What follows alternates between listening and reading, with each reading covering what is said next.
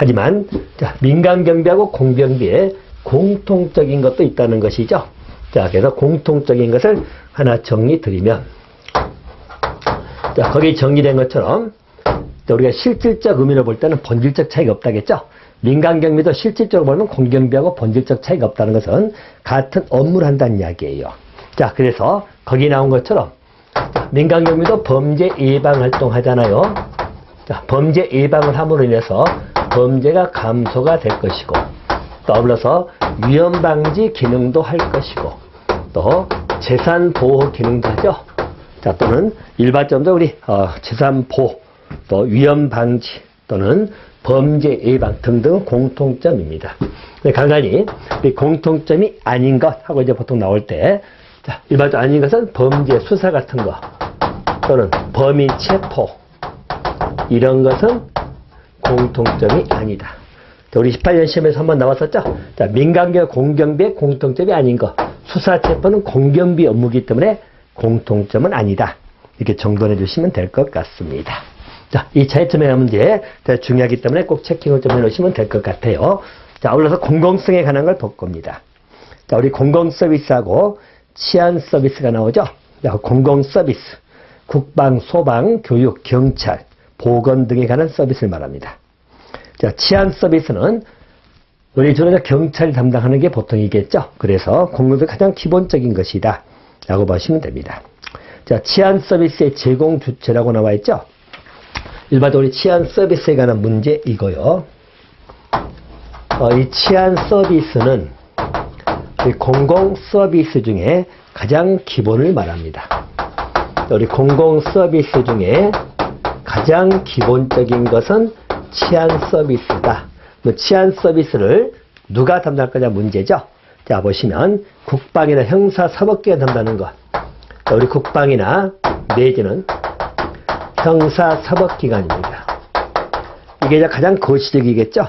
특히 이제 국방 서비스 같은 것은 우리 군인들이 하는 거기 때문에 가장 거시적인 서비스다. 이렇게 보시면 됩니다. 거시적인 서비스다. 하나 기억하시고. 또 한 가지, 우리 경찰이 담당하는 것. 자, 경찰이 방위 담당하는 것도 치안 서비스가 되겠죠. 자, 경찰 부분은 가장 본질적이고 대표적인 서비스다. 알겠죠? 가장 본질적이고 대표적인 서비스다. 이렇게 봐두시면 될 것 같고요. 아울러서 민간 부분도 담당할 수 있다, 없다? 있다. 그죠? 자, 민간 부분이 담당하는 것은, 민간 부분에서 담당하는 것은, 자, 일반적으로 한정된 것이겠지만은 치안 서비스가 이루어지고 있다. 자, 민간에서 하는 것은 주로 경찰의 지휘 감독을 받긴 하겠죠. 하지만 한정된 범위지만 치안 서비스를 제공하기도 한다. 라고 보시면 됩니다. 자, 이제 치안 서비스 부분에서 한 가지 정리할 것. 자, 순수 공공재 2호이란 말 나오죠? 자, 그거 하나 체킹합니다. 자, 순수 공공재 이론인데요. 자, 우리 공공재가 되기 위한 기본 특징은 세 가지를 제시하고 있습니다. 자, 순수 공공재라고 해가지고, 자, 머스그레브라는 학자죠. 그래서, 머스그레브 학자가 세 가지 요소를 제시하고 있다는 이야기예요. 첫 번째는 비경합성이라고 나오죠. 자, 비경합성입니다. 자, 또 한 가지는 비배제성. 자, 세 번째는 비거부성. 이렇게 세 가지가 나옵니다. 이게 여러분들 순수 공공재 이론입니다. 이 표현들 하나 보셔야 돼요. 자, 비경합성이라는 것은, 자, 거기 나온 것처럼 추가 이용자, 자, 추가 이용자에 대해서 추가 비용이 발생한다, 발생하지 않는다. 추가 비용이 발생하지 않는 것을 의미합니다. 자, 그래서 이쪽에 추가 이용을 하더라도 추가 비용이 발생하지 않는다. 비경합성입니다.